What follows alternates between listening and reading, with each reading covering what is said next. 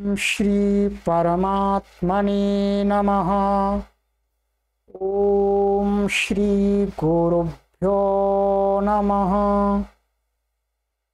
ओम श्री ऋषिभ्यो नमः। ओम असतो मा सद्गमय तमसो मा ज्योतिर्गमय मृत्योर्मामृतं कामय। ओम शांति शांति शांति।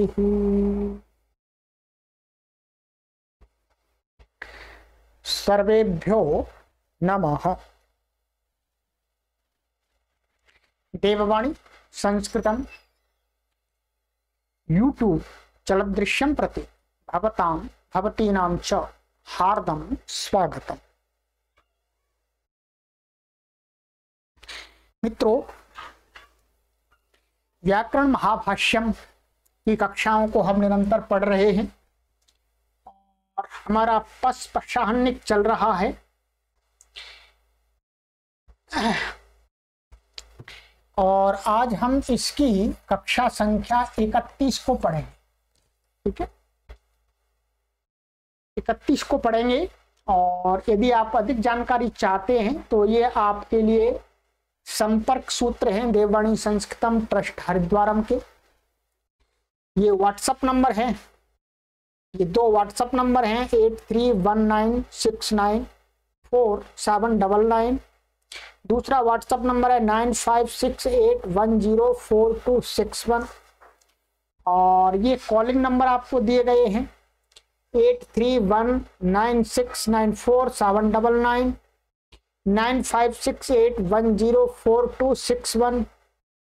और दूसरा कॉलिंग नंबर है, तीसरा है 9582104261। ये दोनों आप एक जैसे लग रहे हैं परंतु एक जैसे नहीं हैं, इनमें थोड़ा अंतर है। यहाँ पर 68 है और यहाँ 82 है, बाकी समान अंक हैं। ठीक है, तो दोनों नंबर अलग अलग हैं। इन तीनों पर आप कॉल करके जानकारी प्राप्त कर सकते हैं, टीम के द्वारा आपको जानकारी दे दी जाएगी। ठीक है, चलिए। तो गत कक्षा में मित्रों मैंने आपको ये वार्तिक पढ़ाया था। अंतिम वार्तिक था आपका सर्वे देशांतरे। ये समाधान हो गया था, इससे पूरा जो हमारा एक विषय उठा हुआ था, ठीक है, उसको हमने पूरा कंप्लीट कर दिया। आज से एक नया विषय उठा रहे हैं महर्षि पतंजलि। ठीक है, एक नए प्रकरण का आरंभ हो रहा है। ठीक है,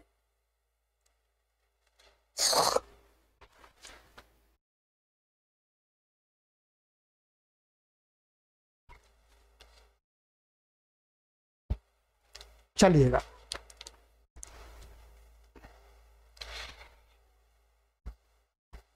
अब है कि ये तो क्लियर हो गया था कि शब्दों को हमें ऐसा नहीं मानना चाहिए कि इन शब्दों का प्रयोग नहीं है, इनका है, ये नहीं। शब्द भिन्न भिन्न देशों में सभी प्रचलित हैं। जो शब्द हैं वास्तव में जो व्याकरण के अनुसार भी सिद्ध हैं और जो साधु शब्द हैं।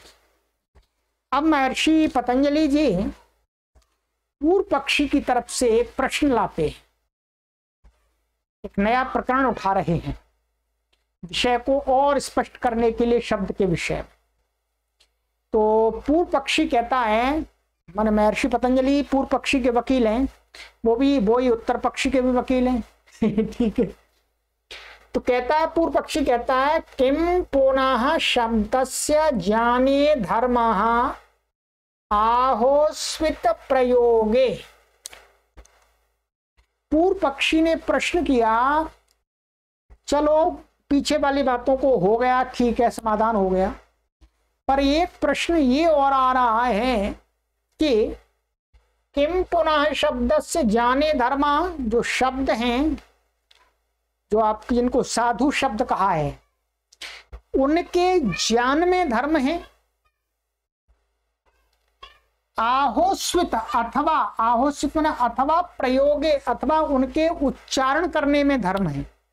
क्योंकि व्याकरण में, यहाँ प्रौढ़ व्याकरण में शब्द में धर्म और अपशब्द में अधर्म माना है।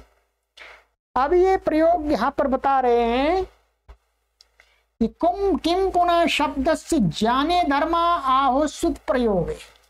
ये बताइएगा कि शब्द को जानना अर्थात ये शब्द साधु है, इतना जानने में ही धर्म है, अथवा उसको जान करके उसका प्रयोग करने में धर्म है। अथवा कोई जानता नहीं है कि ये शब्द साधु है असाधु है, परंतु वो साधु शब्दों का प्रयोग कर रहा है। तो ये दो कंडीशन प्राप्त होती हैं कि शब्द के ज्ञान मात्र में ही धर्म है अथवा शब्द का प्रयोग करने में धर्म है, चाहे वो कोई जानता है अथवा नहीं जानता है। तो कहते हैं उत्तर पक्षी कहते हैं कश्चात्र विशेषः।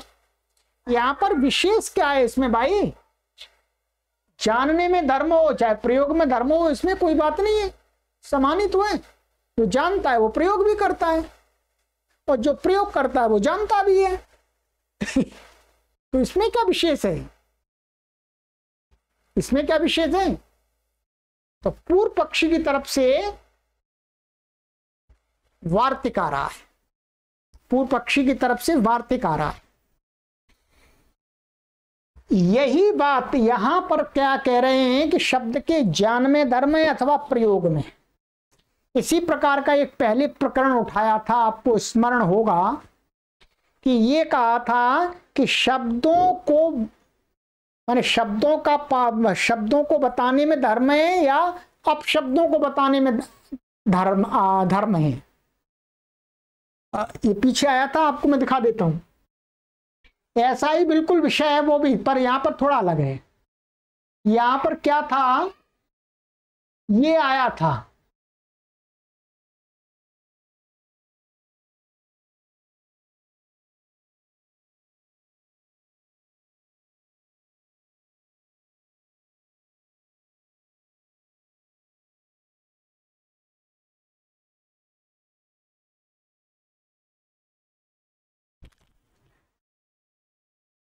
ये विषय पीछे आया था आपका, यहां पर पीछे काफी पीछे आया था कि शब्दों का उपदेश करना चाहिए अथवा अपशब्दों का भी उपदेश करना चाहिए, माने एक प्रकार के शब्दों का उपदेश करना चाहिए। ऐसे ही विषय को पूरा का पूरा लेकर के अब यहां पर दूसरा तरीके से उठा रहे हैं कि ज्ञान में धर्म है अथवा प्रयोग में धर्म है। ठीक है, ये ऐसा ही विषय पीछे आया था पर वो थोड़ा सा अलग था, ये अलग है। वहां पर शब्द और अपशब्द के पाठ की बात चल रही थी, ये बताने की बात चल रही थी कि हम पाठकों को ये बताएं कि ये शब्द हैं, ये शब्द हैं, और ये अपशब्द हैं, ये अपशब्द हैं। इस प्रकार की वहां पर उठी थी, हमने पढ़ा था विस्तार से। मैं आपको इसलिए स्मरण दिला रहा हूं कि ऐसा ही प्रकरण एक पीछे भी आया था। ठीक है, तो अब वैसा ही प्रकरण ये है, बिल्कुल थोड़ा सा इसमें अलग प्रकार से शंका समाधान करके कह रहे हैं। देखिएगा, कहते हैं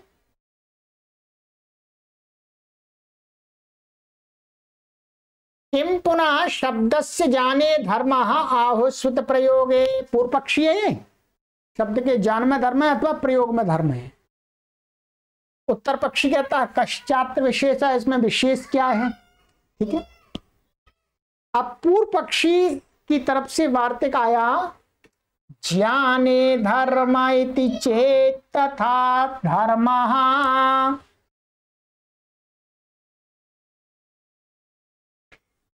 पूर्व पक्षी ने कहा कि इसमें विशेष है, अंतर है। यदि ज्ञान में धर्म है तो अलग बात है, प्रयोग में धर्म है तो अलग बात होती है। इस बात को आप नहीं समझ सकते, मैं समझाता हूं। कौन? पूर्व पक्षी कह रहा है। पूर्व पक्षी कहता है विशेष इसमें ये है कि जाने धर्मा इति चेत, यदि आप ये वाला पक्ष लेते हैं कि शब्द के ज्ञान में धर्म है, ये वाला पक्ष मानेंगे, प्रयोग को रहने दीजिएगा, ज्ञान में यदि आप धर्म मानते हैं चेत, तब तो क्या है, तथा अधर्म, फिर तो अधर्म भी प्राप्त होगा। शब्दों के ज्ञान में धर्म प्राप्त होता है, ऐसा आप यदि मानते हैं तो आपको अधर्म भी लगेगा। अधर्म भी लगेगा। कैसे लगेगा, अब महाभाष्यकार समझा रहे हैं। पूर्व पक्ष, जाने चेत जाने धर्म इति चेत तथा धर्मोपि प्राप्नोति, माने ज्ञान में यदि धर्म मानते हो तो उसी प्रकार से आपको अधर्म भी प्राप्त होगा, अधर्म आपको प्राप्त होगा। यो हि शब्दान जानात्यपशब्दानप्यसौ जानाति, कहते हैं यह ही, क्योंकि जो शब्दान माने शब्दों को, जानाति माने जानता है, जो शब्दों को जानता है ये सही है। अपशब्दान अपि असौ जानाति, वह व्यक्ति अपशब्दों को भी जानता है। भाई ये सही है, जो ये बात कहेगा कि ये सत्य है तो वो ये जानता है कि ये दूसरा मार्ग असत्य है। बिना सत्य मार्ग को जाने हुए कोई कह ही नहीं सकता कि ये सत्य मार्ग है, क्योंकि सापेक्ष हैं। धर्म और अधर्म, शब्द और अपशब्द, ज्ञान अज्ञान, ये सापेक्ष हैं। यदि एक को जानता है दूसरा भी जानता है, तो इसलिए कोई विद्वान यदि शब्दों को जानता है, शब्द जान करके धर्म प्राप्त करता है, तो उस वह अपशब्दों को भी जानता है। अपशब्दों को जानता है तो उस अपशब्दों का उसे अधर्म लगेगा, अधर्म लगेगा। शब्द के ज्ञान में धर्म है तो अपशब्द के ज्ञान में अधर्म होना चाहिए। वही कह रहे, यथैव शब्द ज्ञाने धर्मः एवं अपशब्द ज्ञानेप्य धर्मः। यथैव जिस प्रकार से शब्द ज्ञान में, शब्द के ज्ञान में धर्म होता है, साधु शब्दों का ज्ञान करने में इस वाले पक्ष में धर्म होता है यदि, तो एवं इसी प्रकार से अपशब्द जाने माना अपशब्दों के ज्ञान करने में भी अधर्म प्राप्त होगा। ठीक है, अधर्म प्राप्त होगा, ये विशेष है। दूसरा ये कह दी पूर्व पक्ष ने बात, ठीक है। अभी पूर्व पक्षी और कह रहा है, और क्या कह रहा है, अथवा भूयान धर्म प्राप्नोति, अथवा ऐसा कहना चाहिए कि उसको धर्म तो थोड़ा मिलेगा, अधर्म ज्यादा मिलेगा, उसको अधर्म की प्राप्ति अधिक होगी। क्या, उसे अधर्म की प्राप्ति अधिक होगी। कहते हैं भूयांसोपशब्दा अल्पीयांसः शब्दाः, माने भूयांसा माने अपशब्दा, जो अपशब्द हैं वो तो बहुत सारे हैं, और अल्पीयांसा शब्दा, और जो शब्द हैं साधु शब्द हैं उनकी संख्या कम है, अपशब्दों की अधिक है। ये हमेशा होती है, सही लोगों की संख्या कम होती है और बुरे लोगों की संख्या अधिक होती है। ये संसार का नियम है, नियम है। अच्छे लोग कम होते हैं, बुरे लोग अधिक होते हैं। आप समाज में देख लीजिएगा, अपने गांव में देख लीजिएगा, गली मोहल्ले में देख लीजिएगा, देश में देख लीजिएगा, विदेश में देख लीजिएगा। साधु संत महात्मा असली तो बहुत कम होंगे, परंतु नकली बहुत घूम रहे हैं। शाकाहारी तो आपको दो कुछ मिलेंगे, परंतु आपको नॉन वेज वाले बहुत सारे मिल जाएंगे। तो कहते हैं इसलिए कोई विद्वान यदि शब्द के ज्ञान में धर्म मानता है तो उसको अधर्म अधिक लगेगा और धर्म उसे थोड़ा मिलेगा। कहते हैं एकैकस्य शब्दस्य बहवोपभ्रंशाः, एक शब्द के बहुत सारे अपभ्रंश शब्द हैं। एक साधु शब्द है, उसके कई अपभ्रंश हैं। जैसे तदयता गौरित्यस्य गावी गौणी गोता गोपोतलिकेत्येवमादयोपभ्रंशाः। तदयथा जैसे इस प्रकार से गौ, ये तो साधु शब्द है गौ, परंतु इसके अपशब्द क्या हैं? कुछ लोग गावी बोलते हैं, कुछ गौणी बोलते हैं, कुछ गोता बोलते हैं, कुछ गोपोतलिका बोलते हैं। अब बताइएगा, एक शब्द है और चार इसके अपशब्द हैं। एक शब्द में थोड़ा सा धर्म मिलेगा और चार अपशब्दों को जानने में 4 गुना अधर्म मिल गया। क्या फायदा धर्म का? पूर्व पक्षी कह रहा है। क्या कह रहा है? पूर्व पक्षी। अच्छा जी, अब उत्तर पक्षी कह रहा है अच्छा ये बात तो हमारी समझ में ही नहीं आई थी। इसलिए हमने कह दिया था कश्चात विशेष। इसमें विशेष क्या है? चलिएगा अब लाते हैं फिर उत्तर पक्षी वाला वार्तिक। अब उत्तर पक्षी वाला अपना वार्तिक ला रहा है। वार्तिक तो कात्यायन के, पर कात्यायन पूर्व पक्ष का उत्तर पक्ष का मत दिखा करके वार्तिक बनाए हैं। तो उत्तर पक्षी का वार्तिक आ गया। उत्तर पक्षी कहता है जी देखो, आचारे नियमः। अच्छा जी ठीक है,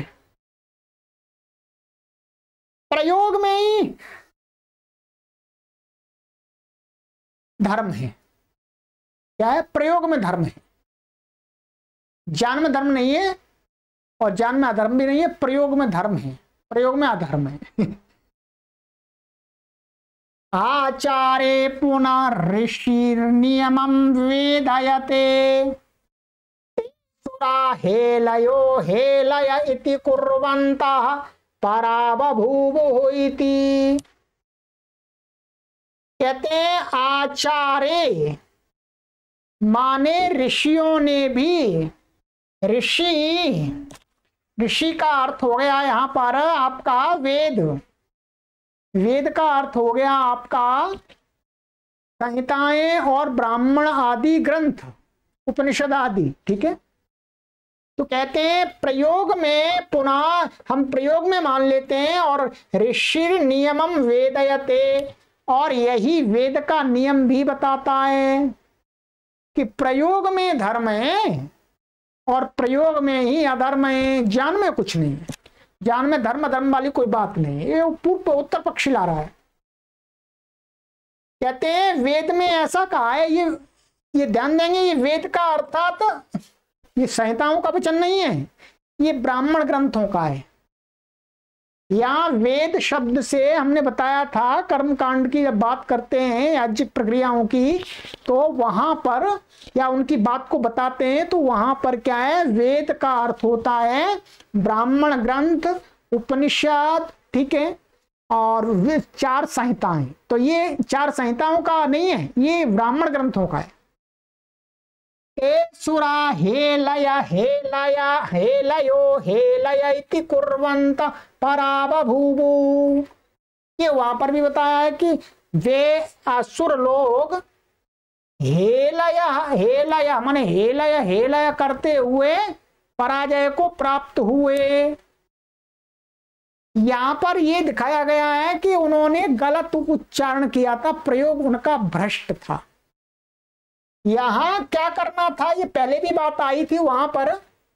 ठीक है, शुरू में यहां क्या करना था, उनको ऐसा बोलना था हे राया, ऐसा बोलना था हे राया हे राया। तो ऐसा कर सकते हैं आप, हे रायो हे राया इति, ऐसा उनको प्रयोग करना था। ये क्या है? यहाँ अवग्रह चिन्ह है, ध्यान देंगे अवग्रह। इसका अर्थ है हे आरायाह, हे आरायाह। अरि का अर्थ होता है शत्रु, तो बहुवचन का हरि ही हरि हरयः। तो असुर लोगों ने क्या कर दिया, वो उन्होंने क्या उच्चारण किया, र की जगह ल कर दिया, हे लाया हे लाया, अर्थात अरि शत्रु शत्रु शत्रु। ऐसा जब उन्होंने उच्चारण किया तो लोग समझ ही नहीं पाए कि कौन किस क्या कह रहे हैं। उन्हें समझ में ही नहीं आया और उन शत्रुओं ने आक्रमण कर दिया और वो पराजय को प्राप्त हो गए। ऐसा एक आख्यान है ये। तो इस आख्यान के द्वारा ये बताया गया है कि यहाँ पर असुरों ने र की जगह ला बोल दिया था, तो हेलया, हेलया का कोई अर्थ ही नहीं होता। ये अपभ्रंश शब्द का प्रयोग कर दिया। प्रयोग में उनको हार का सामना करना पड़ा, यही अधर्म हुआ उनसे, अधर्म का फल मिल गया उनको। कहते हैं इति अस्तु, ठीक है जी। अब पूर्व पक्षी कह रहा है ठीक है जी, अस्तु तारे प्रयोग है अब तुम प्रयोग में धर्म मान रहे हो और आपने उदाहरण दे दिया है, उदाहरण दे दिया। यदि प्रयोग में आप धर्म मानते हैं तो भी दोष है। पूर्व पक्षी फिर आ गया। पूर्व पक्षी कहता है अस्तु तारे प्रयोग है, ठीक है, आप प्रयोग में मानते हैं तो फिर प्रयोग में ये समस्या खड़ी होती है। आइएगा, क्या समस्या खड़ी होती है? कहते हैं कि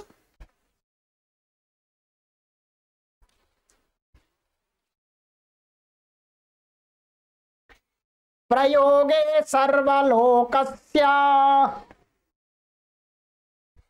यदि प्रयोग में आप धर्म मानेंगे तब तो सर्वलोकस्य, सारे संसार को ही धर्म मिलने लगेगा।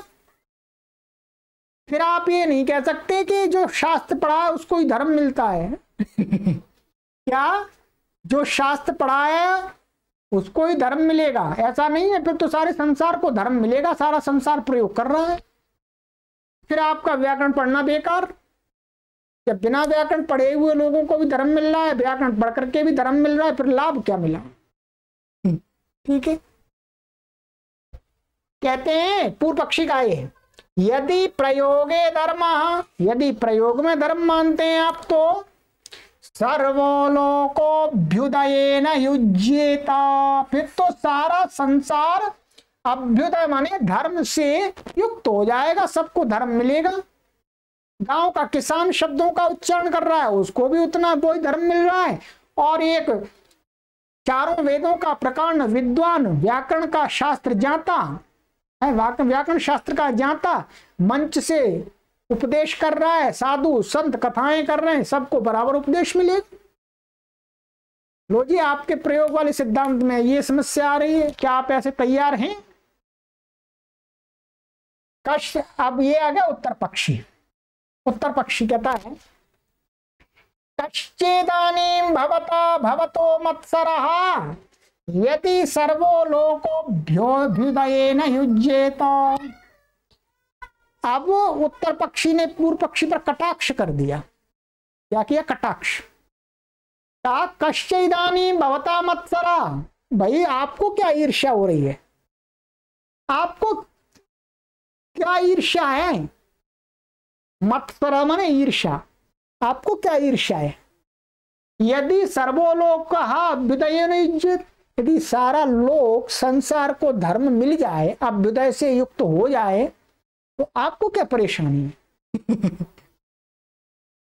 है? आपको क्या परेशानी है? न खलु कश्चिन्मत्सरः, यह पूर्व पक्षी कह रहा है। पूर्व पक्षी क्या कह रहा है? न खलु कश्चिन्मत्सरः। भाई देखो, हमें कोई किसी से ईर्ष्या नहीं है। ना खलु कश्चित मत्सरा, मुझे कोई ईर्ष्या नहीं है किसी से। सारा लोग को मिल जाए तो और बढ़िया। मैं ये बात नहीं कह रहा, पूर्व पक्षी की लाइन है, पक्षपंग वाक्य है, ध्यान दीजिएगा। मुझे कोई मत्सर नहीं है, मुझे कोई ईर्ष्या नहीं है, परंतु प्रयत्नानर्थक्यं तु भवति। परंतु प्रयत्न का जो प्रयत्न है वो तो अनर्थ हो रहा है, अर्थात सार्थक नहीं हो रहा। अर्थात व्याकरण पढ़ने का जो प्रयत्न कोई कर रहा है, शब्द शास्त्र को पढ़ रहा है, उसका प्रयत्न तो निरर्थक हो गया। भाई जब आप किसी अच्छी विद्या को पढ़ रहे हैं परिश्रम पूर्वक, तो उसका फल मिलना चाहिए दूसरे से अलग। और यहां तो सब जगह समानता हो रही है, फिर क्या फल उसका? कोई क्यों पढ़ेगा शास्त्र को? है व्याकरण शास्त्र को पढ़ने का जो प्रयत्न है उसका तो अनर्थक होता है। यदि सबको धर्म अभ्युदय प्राप्त होने लगेगा तो। और कहते हैं फलवता च नाम प्रयत्नेन भवितव्यम। जो प्रयत्न है, प्रयत्न के द्वारा जो प्रयत्न किया जाता है वो कैसा होना चाहिए? फलवान होना चाहिए। तभी कोई प्रयत्न करता है, वैसे कोई प्रयत्न नहीं करेगा। प्रत्येक प्रयत्न का कोई फल होता है। मैं पढ़ा रहा हूं, इसका मुझे फल है, आप पढ़ रहे हैं, आपका फल है। फल मिलेगा विशेष दूसरे लोगों से, जो पढ़ नहीं रहे हैं, पढ़ा नहीं रहे हैं, उनसे अलग मिलेगा। तो प्रयत्न की परिभाषा ही ये है कि प्रयत्न हमेशा फलवान होता है, फल देने वाला होता है। न च प्रयत्न फलात् व्यतिरेच्य। तो प्रयत्न है वो फल से अलग नहीं हो सकता, बिना फल के नहीं रह सकता। यदि आपने प्रयत्न माने कोई कार्य आरंभ किया है तो उसका आपको फल मिलेगा। अब आपने शास्त्र को पढ़ा, उसका कोई फल ही नहीं मिला। ये शास्त्र का पढ़ने का अनर्थ प्राप्त हो रहा है। लोग नहीं पढ़ेंगे जी ऐसे। अच्छा जी,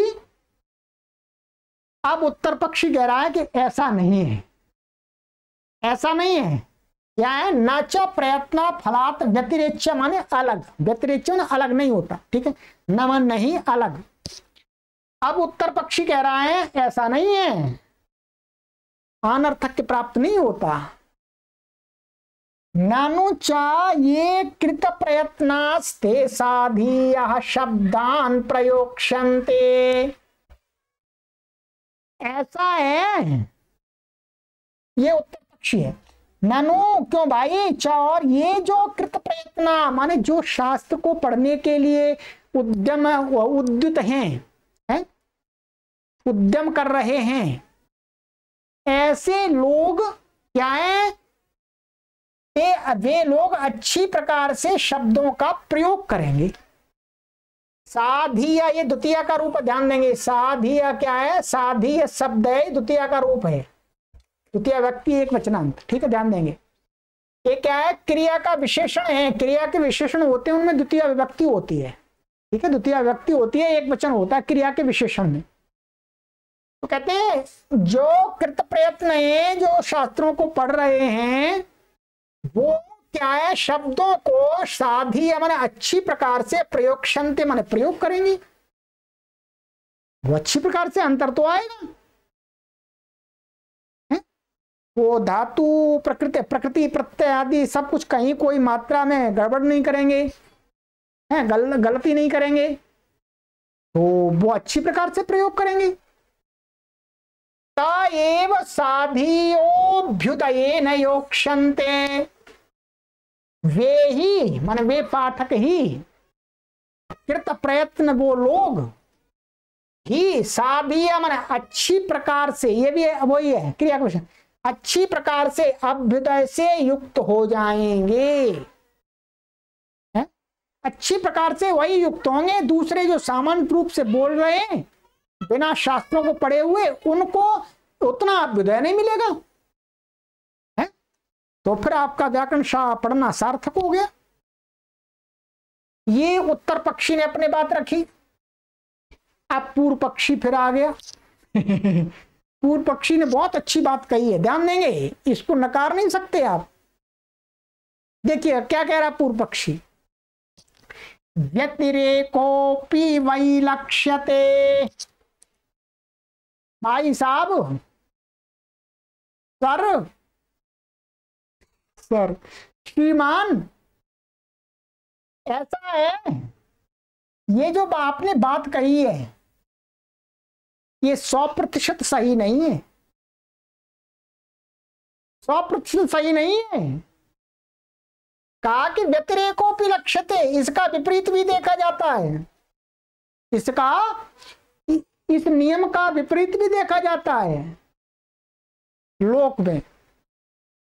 दृश्यन्ते हि कृत प्रयत्नाश्च प्रवीणाः अकृत प्रयत्नाश्च प्रवीणाः तत्र फल व्यतिरेकोऽपि स्यात्। लो जी, क्या कह दिया पूर्व पक्षी ने? पूर्व पक्षी ने कहा जो आप ये कह रहे हैं कि शास्त्रों को पढ़ करके कोई शब्दों का प्रयोग करेगा तो वो अच्छी प्रकार से करेगा, उसका उच्चारण शुद्ध होगा, ऐसी बात नहीं, इसका विपरीत भी देखा था। व्यतिरेकोऽपि लक्ष्यते, लक्ष्य में दिखाई देता है। दृश्यन्ते हि कृत प्रयत्नाः, माने प्रयास करके सीखे हुए लोग हैं, अथवा पढ़े लिखे लोग या किसी विद्या को विशेष को प्राप्त करके क्या है, अप्रवीणा है, ये वहां आ गया अप्रवीणा, माने उतने निपुण नहीं देखे जाते, परंतु अकृत प्रयत्नाश्च प्रवीणा, जिन्होंने प्रयत्न नहीं किया है वो अच्छी प्रकार से शब्दों का प्रयोग करते। आप देखते होंगे कि एक व्यक्ति जिसकी भाषा संस्कृत भाषा मातृभाषा है, ध्यान देगा, जिसकी भाषा मातृभाषा है, और एक व्यक्ति जिसकी भाषा संस्कृत भाषा मातृभाषा नहीं है, वो संस्कृत के व्याकरण को पढ़ता है, शास्त्रों का अध्ययन करता है और फिर वो शब्दों का प्रयोग करता है, तो वहां पर देखा जाता है कि जिनकी मातृभाषा संस्कृत भाषा है वो उस संस्कृत व्याकरण को जानने वाले व्यक्ति से अच्छा उच्चारण करते हैं, स्पष्ट उच्चारण करते हैं। अब आप इंग्लिश में देख लीजिएगा, जिनकी इंग्लिश अंग्रेजी भाषा मातृभाषा है, उन्होंने व्याकरण आदि नहीं पढ़ा, और हमारे भारत के लोग अंग्रेजी में पीएचडी करते हैं और पता नहीं कौन कौन सी डिग्रियां करते हैं। जब वो अंग्रेजी बोलते हैं और हर एक मातृभाषा वाला अंग्रेजी बोलता है, तो उस मातृभाषा वाले अंग्रेजी का जो बोलने वाला वक्ता है उसका उच्चारण एकदम स्पष्ट और अच्छा होता है। तो विपरीत भी देखा जाता है, ये तो आपका कोई नियम नहीं रहा। जिसने प्रयास करके शास्त्रों को पढ़ा उसका उच्चारण भी गलत हो सकता है, सही हो सकता है, और जो बिना शास्त्र को पढ़ करके प्रयोग कर रहा है उनमें से कुछ लोगों का बहुत अच्छा हो सकता है, कुछ का नहीं अच्छा हो सकता है, ये विपरीत देखा जाता है। तो यहां पर ये सूचना दी इसमें पूर्व पक्षी ने कि भाई शब्दों के उच्चारण की यदि प्रयोग की बात करें तो बिना शास्त्र को पढ़े हुए भी लोग अपनी मातृभाषा के शब्दों का शुद्ध उच्चारण कर लेते हैं, फिर आपकी ये बात गलत हो गई, शास्त्र का पढ़ना अनर्थक क्यों? तो इतना आज हम रखते हैं। यहां पर हमने तत्र फल व्यतिरेको स्यात्, जब इस पक्ष में क्या हो जाएगा, आपका जो व्याकरण पढ़ना है वो फल वाला नहीं होगा, फल से अलग हो जाएगा, फल से रहित हो जाना चाहिए, फिर कोई व्याकरण क्यों पढ़ेगा? पूर्व पक्षी ने अपनी बात समाप्त कर दी। अब उत्तर पक्षी कहता है एवं तर्हि नापि ज्ञान एव धर्मा नापि प्रयोग एव, ऐसा है, चलो छोड़ो। अब आपने मेरी सारी बातों को काट दिया, तो मैं तो हाथ जोड़ता हूं आपके, कहता हूं जी एवं तर्हि इस प्रकार से तब तो नापि जाने एव धर्म, जान में ही धर्म नहीं है, माने केवल जानने में ही धर्म नहीं है, नापि प्रयोगे, केवल प्रयोग में भी धर्म नहीं है, किसी एक पक्ष में नहीं है धर्म, केवल जान लेने में ही धर्म हो ऐसा नहीं है, केवल प्रयोग करने मात्र में ही धर्म हो ऐसा नहीं है। पूर्व पक्षी कहता है किन तारी, फिर भाई किसमें धर्म है, किसमें धर्म है? तो आगे अगली कक्षा में आगे वार्तिक पढ़ेंगे उत्तर पक्षी का शास्त्र पूर्व के प्रयोगे तत्तुल्यम वेद शब्देना। चलिए आगे कक्षा में पढ़ेंगे।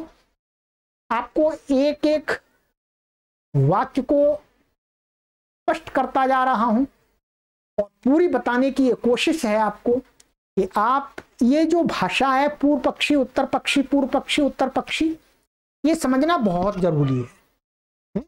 ये बहुत जरूरी है। जब आप पूर्व पक्षी उत्तर पक्षी इस प्रकार से समझ लेते हैं तो आपके बुद्धि में सिद्धांत स्पष्ट हो जाता है। और जब आप इन वाक्यों में ये नहीं समझ पाते कि ये पूर्व पक्षी का है, ये उत्तर पक्षी का है, ये सिद्धांत का है, सिद्धांत पक्ष का है, तो फिर बात क्लियर नहीं हो पाती है। केवल पंक्तियों के अर्थ मात्र लगाने से काम नहीं चलता है। ठीक है, चलिएगा। तो अब उत्तर पक्षी वार्तिक देगा आपको। अगली कक्षा में चलते हैं मित्रों। आप देख रहे होंगे मैं कितने परिश्रम से कार्य कर रहा हूं और मेरा एक लक्ष्य है, जिस लक्ष्य के लिए मैं कार्य कर रहा हूं मित्रों, इसके लिए मुझे एक देववाणी संस्कृतम ट्रस्ट हरिद्वारम के लिए एक विशाल स्टूडियो की आवश्यकता है मित्रों। एक विशाल स्टूडियो की आवश्यकता है जिससे मैं इन कार्य गतिविधियों को और तीव्रता से बढ़ा सकूं। ठीक है, तीव्रता से बढ़ा सकूं मित्रों। ये एक बहुत बड़ा काम है। ट्रस्ट का निर्माण हो चुका है, ट्रस्ट का अकाउंट भी आ गया है, सब कुछ आ गया है। और आप सभी से मैं निवेदन करता हूं कि इस संस्कृत के महान आंदोलन में आप दिल खोल करके, हाथ खोल करके अपना आर्थिक सहयोग देववाणी संस्कृतम ट्रस्ट को प्रदान कीजिएगा, जिससे विशाल कार्य संस्कृत के क्षेत्र में, सत्य सनातन वैदिक संस्कृति के क्षेत्र में खड़ा हो, जो हजारों वर्षों तक करोड़ों अरबों लोगों को सत्य सनातन वैदिक धर्म के स्रोत से, नदी से, समुद्र से जोड़ के रखे। आपके आने वाली भावी संतानों को भी सत्य सनातन वैदिक संस्कृति से और संस्कृत भाषा से जोड़ के रखे। इस आंदोलन में आप अपना भरपूर सहयोग दीजिएगा मित्रों। हरिद्वार के अंदर हमें इस स्टूडियो का विशाल स्टूडियो होगा। स्टूडियो का मतलब कोई छोटा स्टूडियो नहीं, बहुत बड़ा स्टूडियो, जिसके अंदर 500 से 1000 लोग एक साथ बैठ करके संस्कृत संभाषण वैदिक सिद्धांतों को समझ सकेंगे, जान सकेंगे। ठीक है, और संपूर्ण विश्व के अंदर करोड़ों लोग अपने घर पर बैठे बैठे आराम से संस्कृत भाषा को सीख सकेंगे। तदर्थ और ये जो गहरे गूढ़ शास्त्र हैं संस्कृत भाषा के, इनको भी पढ़ सकेंगे। ठीक है, तो आप इसमें अपना सहयोग दीजिएगा मित्रों। ये ट्रस्ट देववाणी संस्कृतम न्यास का स्कैन कोड है, ये है स्कैन कोड है। आप अभी चाहें तो आप इसको स्कैन करके वीडियो से और इसमें अपना आर्थिक सहयोग प्रदान कीजिएगा। भगवान ने जितना भी आपको दिया है, हम कोई शर्त नहीं लगाते हैं किसी से कि आप इतना ही दीजिएगा, है आपको जितना दिया है उसके हिसाब से आप इसमें निरंतर सहयोग करते रहिएगा। ऐसा भी नहीं है कि एक बार कर दिया, क्योंकि एक बार करने से काम नहीं चलेगा। दूसरे लोगों से भी कराइएगा, अपनी संस्थाओं से भी कराइएगा। आपके आसपास मंदिर हैं, मंदिर की कमेटियां हैं, ट्रस्ट हैं, उनसे भी निवेदन कीजिएगा, मेरे प्रतिनिधि बनिएगा। क्योंकि मैं कहीं जा नहीं सकता हूं, मैं इस कार्य को करने में लगा हुआ हूं, इसलिए आप मेरे प्रतिनिधि बन करके इस ट्रस्ट में आर्थिक सहयोग प्रदान कीजिएगा, दूसरों से कराइएगा। आपका सहयोग इस कार्य को बहुत विशाल रूप देगा। संसार में इस संस्कृत के ज्ञान यज्ञ से करोड़ों लोगों का जीवन आलोकित हो जाएगा, करोड़ों लोगों का जीवन आलोकित हो जाएगा। तो ये स्कैन कोड है। और यदि आप अकाउंट में सहयोग देना चाहते हैं तो देववाणी संस्कृतम न्यास का यह अकाउंट नंबर है, ये लिख लीजिएगा। ये न्यास का अकाउंट है, देववाणी संस्कृतम न्यास लिखा हुआ है। और इस वीडियो के डिस्क्रिप्शन में भी हमने लिंक दिया हुआ है, वहां से भी आप कॉपी कर लीजिएगा। ठीक है, और ये अकाउंट नंबर है और ये IFSC कोड है HDFC और 0000943। ठीक है। और ये व्हाट्सएप नंबर अभी नहीं है, ध्यान देंगे। ये व्हाट्सएप नंबर अब कैसा है, यहां पर 82 की जगह आप 68 कीजिएगा, ठीक है। 9568104261 ये व्हाट्सएप नंबर है। और दूसरा व्हाट्सएप नंबर है 8319694799। ये दो व्हाट्सएप नंबर है, इन पर आप संपर्क करके हमें सूचना दीजिएगा, अपना सहयोग जो आपने प्रदान किया है, जिससे हम डायरी में नोट कर सके, ठीक है। चलिएगा मित्रों, इस अभियान में आपसे मैं पूरी आशा करता हूं कि आप स्वयं इसमें सहयोग करेंगे और दूसरों से भी कराएंगे। चलिए, सर्वेभ्यो नमः।